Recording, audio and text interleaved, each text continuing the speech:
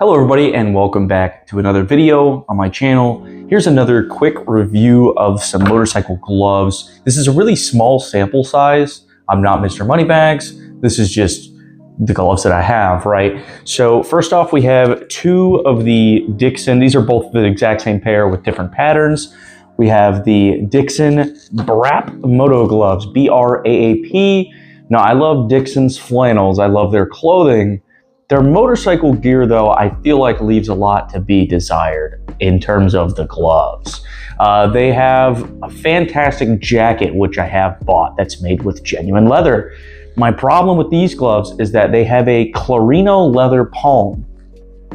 That's all you get is a Clarino palm, no other protection. So this is really, I feel like this is more for your guys who will wear sleeveless cuts and no helmet, you know, on a Harley or something. You know what I mean? These gloves are for the guy that doesn't actually really give too much of a shit about his safety. He just wants to look cool.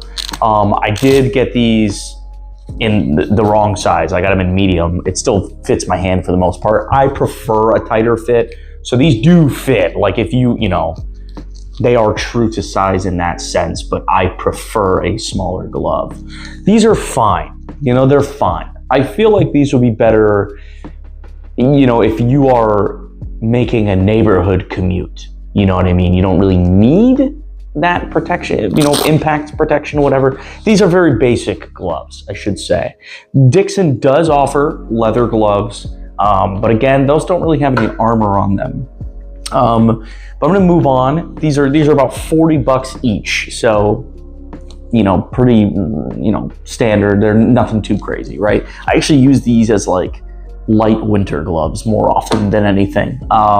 They're not super warm, but they are better than nothing. Moving on to the Fox bomber gloves here. These are actually the first pair that I ever bought. I bought them for my motorcycle class. These are pretty decent. I really like these a lot. I'll put them on here. I'll put one on. These are smalls. So like I said, I do like to go down a size. They fit much more snug than the Dixxons do. That's my fault. I'm not blaming Dixxon for that. I'm just saying. These are nice. I like these gloves. They have nice, you know, nice knuckle protection here, and the palm is also Clarino. And I'm not a big fan of Clarino. It's you know, it's not real leather. Clarino is probably technically fine. I've never been in a slide, thank goodness. So I don't know, but I just feel like I just don't really trust synthetic leather as much. But in terms of the price, this is $46 on Revzilla is where I bought these from. For these gloves, that's really good. Like I like these a lot. These are nice. I like this style of gloves. You know, I'm not necessarily like a very sporty kind of riding guy, but I do love this style of glove. You might have peeped the Alpine Stars here, and we'll get to those in just a minute. But I do really like these gloves. I do recommend them. $46. It's a very hard price to beat, especially if you are a kind of a beginner rider. You know, like I said, I just got these for my course, and they were perfect. They have grips here on the fingers in order, you know, to help you with the brake and the clutch and everything on both gloves. And so that is really fantastic. I really like these gloves a lot. All right, now we're gonna move on here to the next step up. These are the nicest gloves that I have. I know they make gloves that are way more expensive and way nicer than this. This is just my own personal collection. I only have 4 pairs here. These are the Alpine Stars SMX Z Dry Star gloves is what they're called. So these gloves are, again, I bought smalls. The Dixxons are mediums. These gloves are nice, very nice. They're very snug without being like overbearing, if that makes any sense. They are a little more restricting than the Foxes, but they still have the touch screen compatibility with your finger and everything for your bike.